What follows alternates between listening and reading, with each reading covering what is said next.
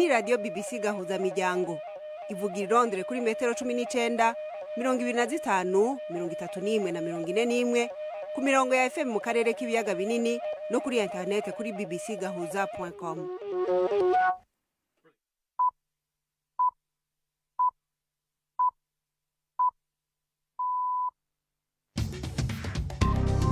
Ubu ni isaha 10 n'igice ku isaha mpuzamakungu ya GMT, isaha 12 n'igice mu Rwanda no mu Burundi, muri kumwe na Florentine Kwizera.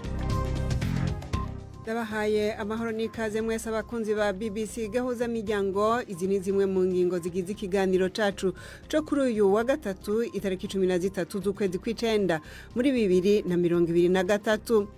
Libya iracahanganye n'ingaruka z'imyuzuri yadutse ku munsi w'Imana, aho kugeza ubu abagera ku bihumbi 10 batazwi irengero, nayo ibihumbi 2300 baramaze kumenyekana yuko bahasize ubuzima. Turaja no muri Maroc twumve uko bamerewe mu karere ka Marrakech inyuma ya nyamugigima yo ku munsi wa gatanu w'indwi heze. Bamwe mu Barundi bahunze bava mu ntara ya Cibitoke ntibemeranya n'ibivugwa n'abajejwe intwaro ko bajanwa mu gihugu kibanyi ca Republika ya Demokarasi ya Kongo no kurondera gutekeregwa. Muri iki kiganiro kandi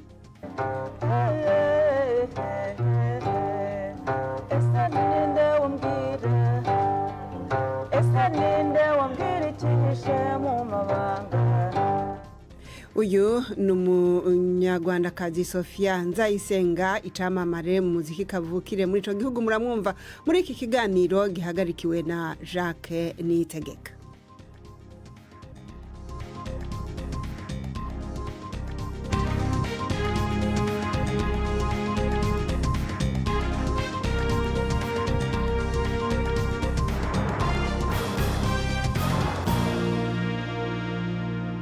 Ariko tubanze duhakanya Prudence Ngiyumva yabateguriye amakuru yo hirya no hino avugwa hano kuri BBC.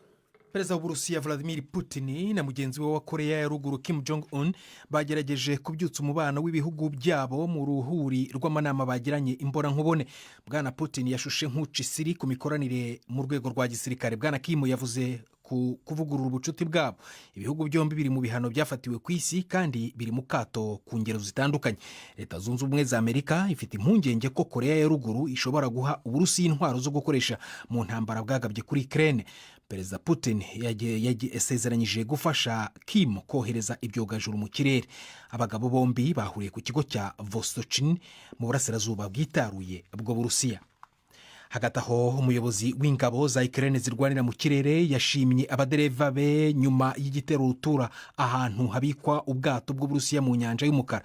Mu butumwa yacishije ku rubuga nkoranyambaga, Mikola Oreshuk yashushe nk'uvuga ko ibisasu bya misile byatanzwe n'Ubwongereza cyangwa Ubufaransa byakoreshejwe mu kwibasira ibirindiro byo mu mazi ahitwa Sevastopol ku butaka buri mu ntara ya Crimea yigaruriwe n'Uburusiya ku ngufu.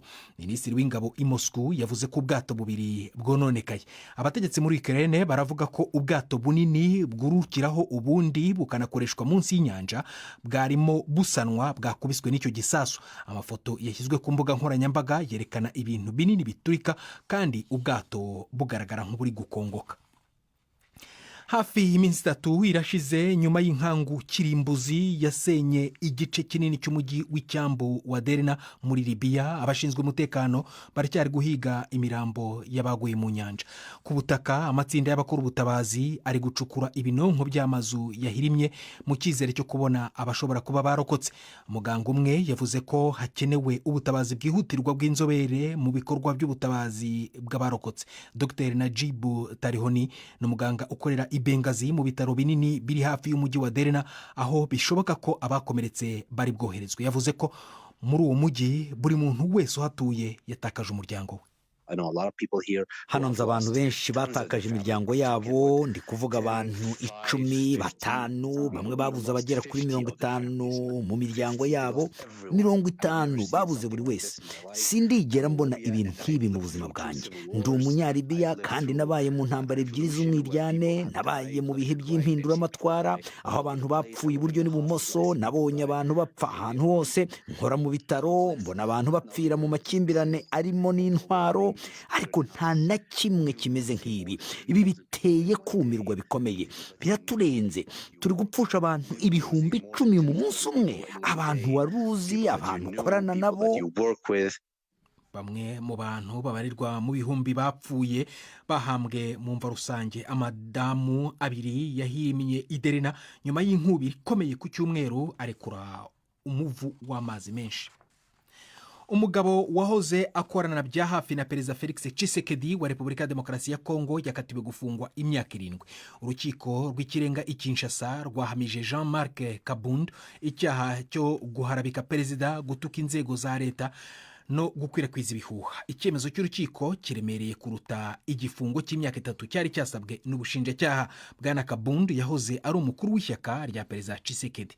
Mu mwaka ushize wa 2022 yashinze ishyaka rye bwite ritavuga rumwe n'ubutegetsi, anasobanura Bwana Tshisekedi nk'inkeke. Iyi ni BBC Gahuzamuryango urumva no kuri Kisoro FM no kuri BBC FM no iyi ni BBC Gahuzamuryango urumva no kuri Kisoro FM muri Uganda no kuri bbcgahuza.com. Ubushinwa buravuga ko bwashyizeho ambasaderi ubuhagarariye muri Afghanistan. Itangazo rya Minisiteri y'Ububanyi n'Amahanga ryavuze ko Zhao Jing yageze i Kabul mu cyumweru gishize gufata uwo mwanya. Abategetsi b'abatalibani baravuga ko ari ku nshuro ya mbere igihugu cy'amahanga kigena ugihagarariye mu gihugu kuva bafata ubutegetsi mu myaka 2 ishize. Inkuru ya Ambarasani Iterajani murayizwaho na Robert Patrick Misigaro.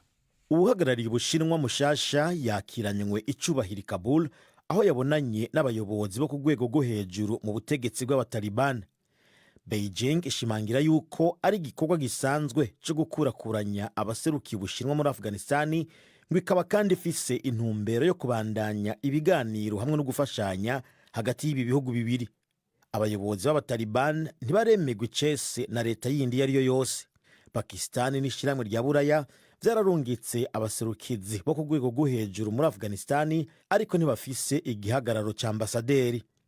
Ibihugu byo mu burengero na Amerika byarabwiye abatalibani yuko bategerezwa kubaha uburenganzira bw'abagore bwo gukora no kuja mu mashure niba baba bashaka kwemezwa icese nka leta ya Afghanistan. Intumwa ya Loni muri Sudani Volker Perthes yagiye kwegura ku mwanya we. Yatangaje ubwegure bwe ku nteko y'akanama k'umutekano ka Loni i New York. Yavuze ko intambara yadutse mu kwa 4 hagati y'impande ebyiri za gisirikare zihanganye ishobora kuvamo intambara yeruye y'umwiryane mu gihugu. Bwana Perthes yanenzwe aha n'abantu benshi muri Sudani kubumva ko atakoze ibishoboka kugira ngo afate umurongo ukarishye igihe igisirikare cyafataga ubutegetsi ku ngufu mu myaka 2 ishize. Byatumye ihererekanya butegetsi bwa gisivile rihagarikwa. Kuva mu kwezi kwa 4 abantu barenga 5 miliyoni bavuye mu byabo. Abakozi bo kwa muganga Inyala mu murwa mukuru wa Darfur y'Amajyepfo baravuga ko abasivile 10 bishwe kuri uyu munsi mu gihe cy'ibitero byo mu kirere byagabwe n'igisirikare. Florentine. Urakoze Prudence ngiyumva kuri ayo makuru ya BBC.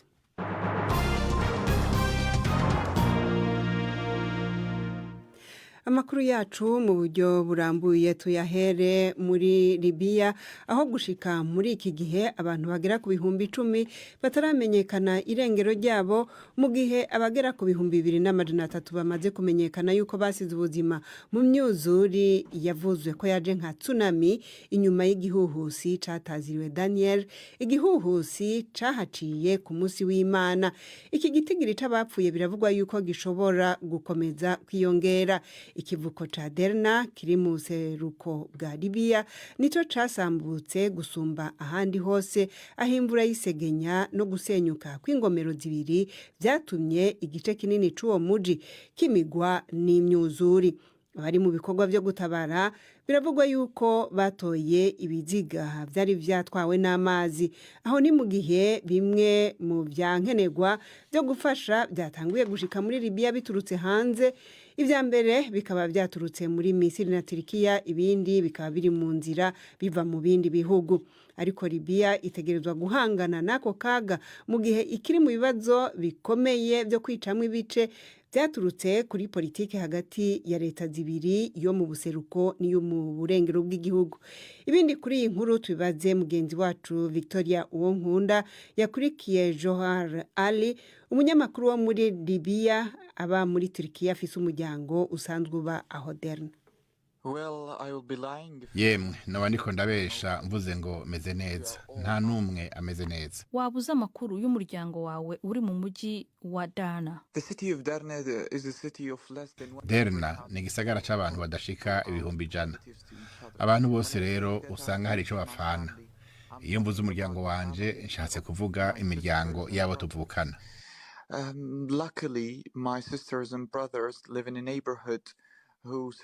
Ku mahirwe abo tuvukana baba mu gace aho abantu barokotse, ariko muri uyu mwanya nyine turiko turavugana mu nzu y'umugenzi akora nk'umumenyeshamakuru nkanje, se wiwe, nyina wiwe, mushiki we n'abahungu 2 bavukana, n'umugore yaheruka kurongorwa, na Fauzi umwana wiwe w'umuhungu w'amezi 8, abo bose barapfuye.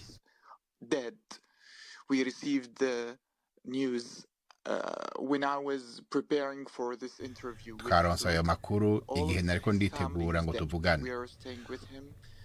Ubu turi kumwe tugerageza kumushigikira uko dushoboye kose. Twese ngaha Derna ubu twaravuye mu vyacu. Imiryango yose ubu irahanzwe n'ivyashitse mu gisagara hagati. Telefone ya vuba naronse ivaho mu gisagara nuko abantu 8,000 banditswe ko bapfuye. Abarenga 10,000 banditswe ko batazwi irengero.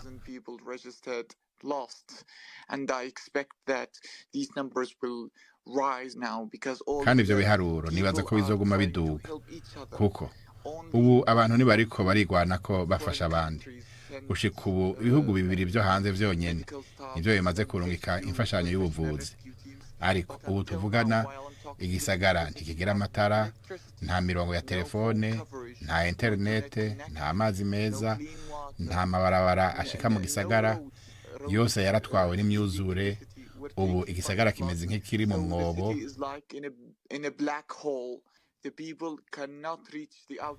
Ntidushobora gushika hanze y'igisagara, abari hanze nabo ntibashobora kudushikira. Uko umunota uhera, simvuze isaha yose, niko harabapfa amajana n'amajana bapfira munsi y'inyubakwa zatwawe zigaseswa n'imyuzure mu kiyaga Mediterane, iziranduye kuva mu mizi. Ubucimbiri uko bwakabaye bwaratwawe. Derna yari ifise ubucimbiri 10, ubu hasigaye 3 bwonyene.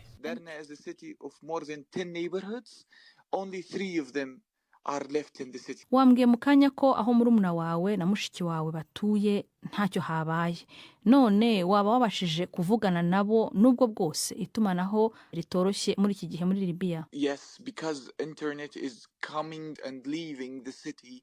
I managed to contact them yesterday night and I managed to talk with my mother. Internet iraza ikongera ikagenda.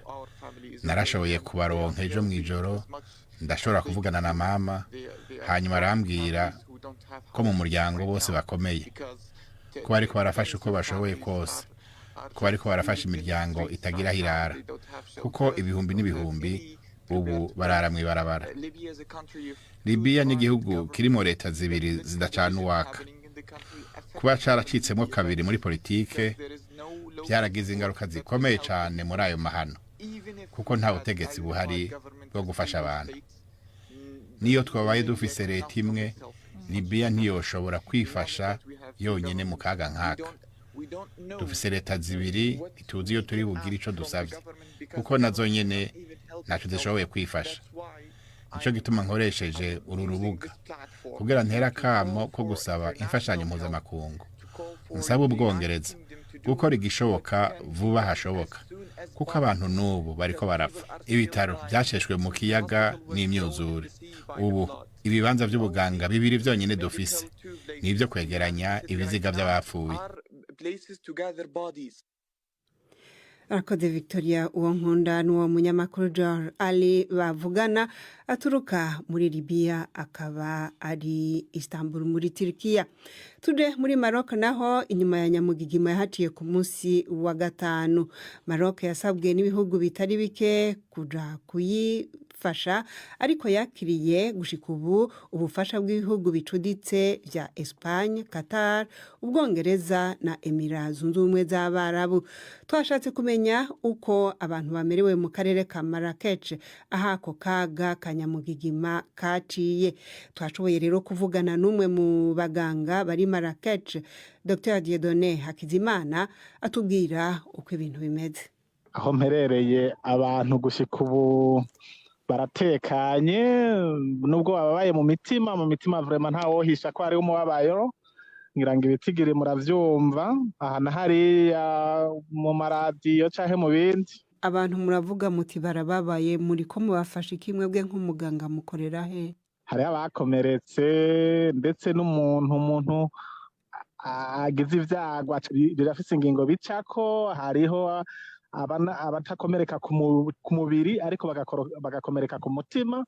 Abo naho hariho abaganga baba babijejwe, hariho bakomeretse ku mibiri, hariho abaganga baba babijejwe bajeje gushona bakomeretse, abariko baravirirana bakabafasha. Kumenya imyirondoro yabo. Maroc hajya n'igihugu cifise, n'igihugu giteye imbere, abantu barashobora kuba batabivuga mugabo je ndabona ko ari igihugu giteye imbere bivanye naho bageze mu bintu bijanye n'ubuvuzi. Novuga yuko nkaho merereye ku bitaro abashoboye kugira ibibazo bose agahitanwa n'ico kikiza barashoboye kuronka benebo, kandi ku buryo bujanye n'amategeko bwa none bakoresheje les empreintes génétiques, les empreintes digitales, byose birakorwa bikagenda neza.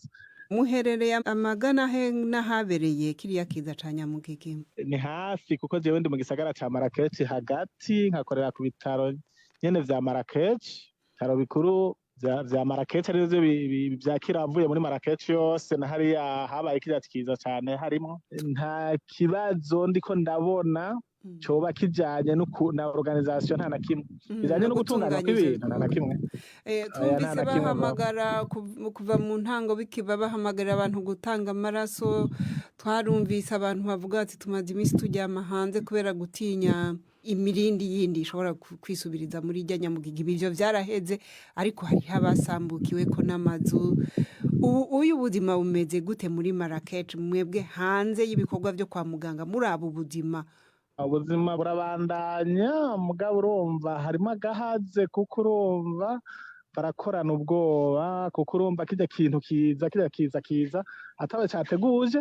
Hariho abantu rero usanga bafise imitima ihuha, abonye baracavuga bati twebwe ntitwosohoka dusubira mu nzu. Hariho igice gitoyi c'abantu kikirara hanze mu maparakingi ku gutinya.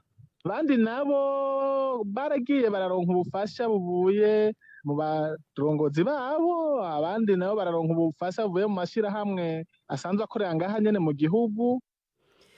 Dr Dieudonné Hakizimana twavugana ari Marrakech muri Maroc.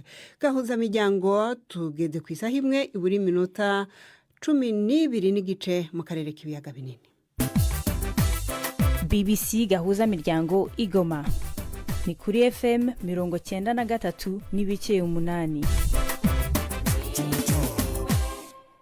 Gahuzamuryango ibajane muri Republika ya Demokarasi ya Kongo. Dusubire ku makuru twababwiye ejo yerekeye abarundi bamaze iminsi bavugwa yuko bariko barahungira muri ico gihugu kibanyi c'u Burundi muri ano mezi ashize, cane abirashize, aho kuva mu kwezi kw'indwi muri Kivu y'Amajepfo hamaze kwakirwa abashika hafi ku gihumbi nkuko bivugwa n'ibinyamakuru vyo mu karere. Bamwe muri abo barundi ntibemeranya n'ivyavuzwe na buramatari w'intara yo mu Cibitoke ko muri iyo ntara yiwe ari naho benshi baturuka batajanwa no guhunga umutekano muke, ahubwo baba bajanywe n'amaronko y'ivyo baheza bagatekererwa batashe. Umwe muri bo twavuganye ari mu ikambi ya Kavimvira yatubwiye yuko icatumye ahaguruka akava mu Burundi ari umutekano muke. Abari mu butegetsi yo mutavuga rumwe, iyo muri hamwe bakumva urimo uratanga ibitekerezo bihushanye n'ivyabo, baca bishiramo kuri umwansi wabo. Bamaze kwishiramo kuri umwansi wabo rero bica bisaba ko bategerezwa kuguhiga. None wewe baraguhiga? Yego cane. Baguhora iki?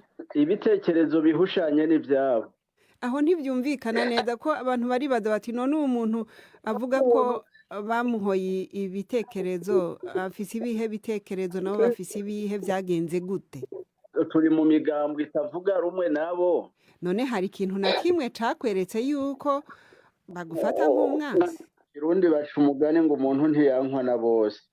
Iyo utankwa na bose rero barashobora kuguhiga ari batanu, muri batanu ntubura n'umwe ashobora kukwibira akabanga akakubwira ati niba uri mugenzi ugende neza.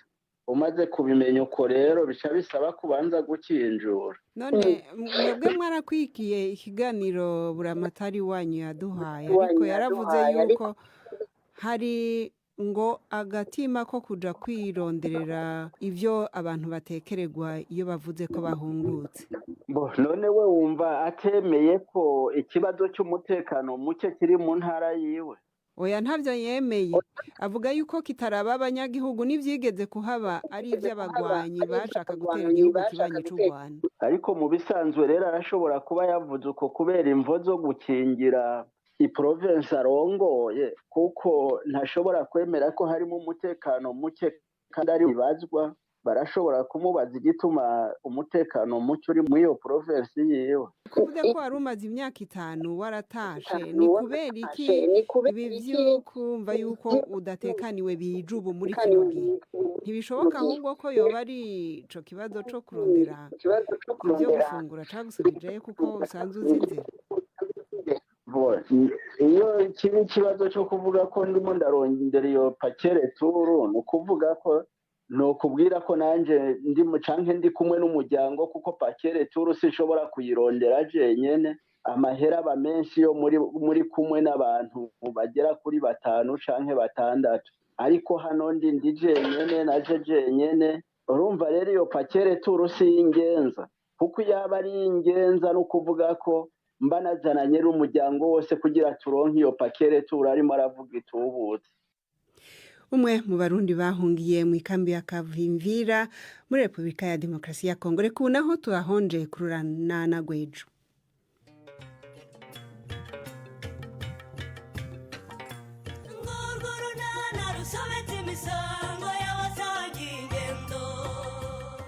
Mu kiganiro nacyo kuri wa kane twabateguriye Honorine, ni byiza kwicara aho witeguye umuntu uzaguherekeza kubyara. Nawe abizi ku buryo muzabumenyesha ntazatungurwe. Ibyo se ni ikibazo simpare? Icyo cyo ntawe tukijyaho impaka. Nijye ugomba guherekeza Honorine kubyara, ntakira umwana wa Karemera mu biganza byanjye. Honorine ni umwuzukuru wanjye Nyirabazu. Ni 12:45 kuri BBC. Ejo rero ntimuze mutangwe, reka ubu naho duha umwanya mugenzi wacu Samba Cuzuzo yaganiriye na Sofia Nzayisenga, umunyarwandakazi avuza umujya w'inanga.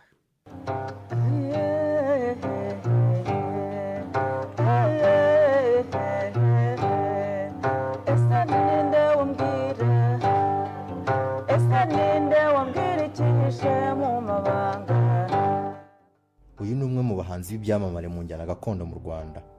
Yaserukiye igihugu cye kuva akiri muto kugeza n'ubu ahari umubyeyi w'abana 5. Aratangira twibwira atubwire n'intangiriro ze muri uyu mwuga. Nitwa Nzayisenga Sofia, Nzayisenga Thomas wa Hitimana wa Nkuruye umwami wa Senderagura Munyampororo wa Muvunyi, iyo Inyanza bacuri ku mukingo ukingiye u Rwanda. Urakoze cyane. Atangiye gucuranga inanga ya Kinyarwanda ndi umwana mutoya kuva ku myaka 6. Natangiye gutanga indirimbo kuri radio mfite imyaka 7. Natangiye kujya mu bitaramo binini mfite imyaka 8. Natangiye gusohokera igihugu mfite imyaka 9. Uyu munsi wa none kugera saa hizi ndacyari umucuranzi w'inanga ya Kinyarwanda.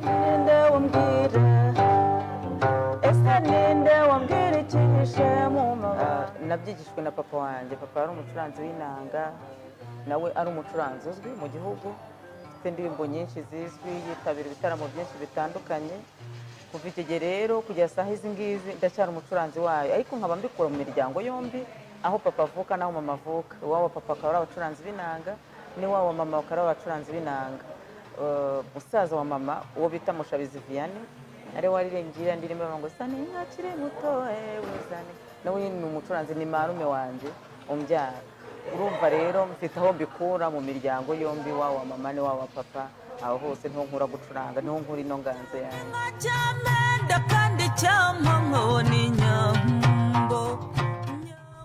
aka kazi ko gucuranga agafatanya ate n'inshingano z'umubyeyi? Ni nk'abandi bakozi bose, kuko iyo ufite akazi ugomba kumenya ko upanga gahunda z'akazi na gahunda z'urugo. Mu rugo ndi umubyeyi, ndi umumama w'abana, nkita ku bana, nkita ku rugo rwanjye ndetse ngakurikirana iby'urugo. Mfite abana batanu, ariko 3 nibo nabyaye mu nda, abandi 2 nabo ndera, ariko muri make ndi umumama w'abana 5 mu rugo.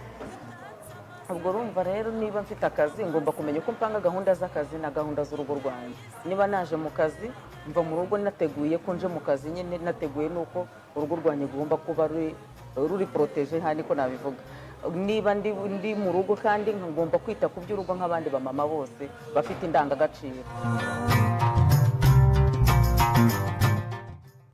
Muri iki gihe uyu muziki gakondo akora abantu bawufata bate? Nahera ku ijambo rivuga ngo neza.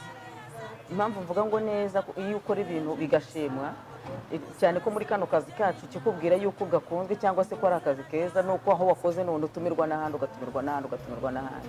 Niba ngira ubutumire butandukanye yaba mu Rwanda ndetse no hanze yarwo, bingaragariza ko akazi nkora kishimirwa muri sosiyete nyarwanda ndetse n'ahandi ku isi, ndetse no mu muryango wanjye, mbere no mu muryango wanjye, kuko ibi bintu bimenyerewe ku bagabo gusa, kuko njye ntangira gucuranga inanga yacurangwaga n'abagabo gusa kandi bakuze. Abantu babyumvaga nk'ibintu by'abantu b'abasaza bakuru, ngitangira ndi umwana mutoya noneho w'umukobwa. Abantu bakibaza si uyu mwana azabikomeza, ariko nza kugira amahirwe ngira umubyeyi mwiza arambwira ati komeza, ni byiza, urabikora neza, kubicuranga uri umukobwa nta kintu bitwaye. Kuva icyo gihe rero, hamwe no kugira ababyeyi banyumva kandi bakumva impano yanjye ndetse no kumfasha muri byinshi, nyuma yaho ngize amahirwe maze no gushaka ngira umugabo unyumva, wumva akazi kanjye, byatumye ndushaho kugira amajyambere, navuga ngo kugira amajyambere mu byo nkora. Ni akazi rero mbikora nk'akazi, mbikora nk'umwuga untunze kandi mbikora mbikunze. Naho se ahazaza h'inanga gakondo Sophia Nzayisenga habona ati? Icya mbere navuga ngo muri iyi minsi mfite ibyishimo, kuko hari mu myaka nk'icumi ishize nari mfite impungenge zikomeye mvuga nti iyi nanga yacu ishobora kuzimira mu buryo bumwe cyangwa ubundi. Nari maze kubona abasaza bacuranga inanga bamaze kwitaba Imana, harimo data Cyurusi Thomas, harimo umusaza Sentora amaze kwitaba Imana, ba Rujindiri barapfuye, ba Sebatunzi barapfuye, abo nibo tuzi ku nanga ya gakondo. Nanjya kugira impungenge ndavuga nti mbese nk'ubu nanjye ndamutse nitabye Imana, undi musaza twasusigaranye mukuru wacurangaga inanga ni umusaza Mushabizi Vianney nakubwiye marume. Ndavuga se we aramutse yitabye Imana agize impamvu runaka yatuma ahita yitaba Imana, byagenda gute nanga ntiyazimira? Fate inshingano ntahawe n'undi muntu uwo ari we wese mbitewe n'uko mbikunda yo kwigisha abakiri bato. Navuga nti uyu munsi impungenge nari mfite zaragabanutse, kuko ubu hari abajene benshi bacuranga inanga kandi nigishije. Ikindi nakongeraho mu rubyaro rwanjye, mu bana banjye, umuhungu wanjye w'imfura ni umucuranzi w'umwuga, ni umunyamuziki muri rusange, ariko by'umwihariko akaba navuga ngo ni umuprofesiyoneri kuri iyi nanga.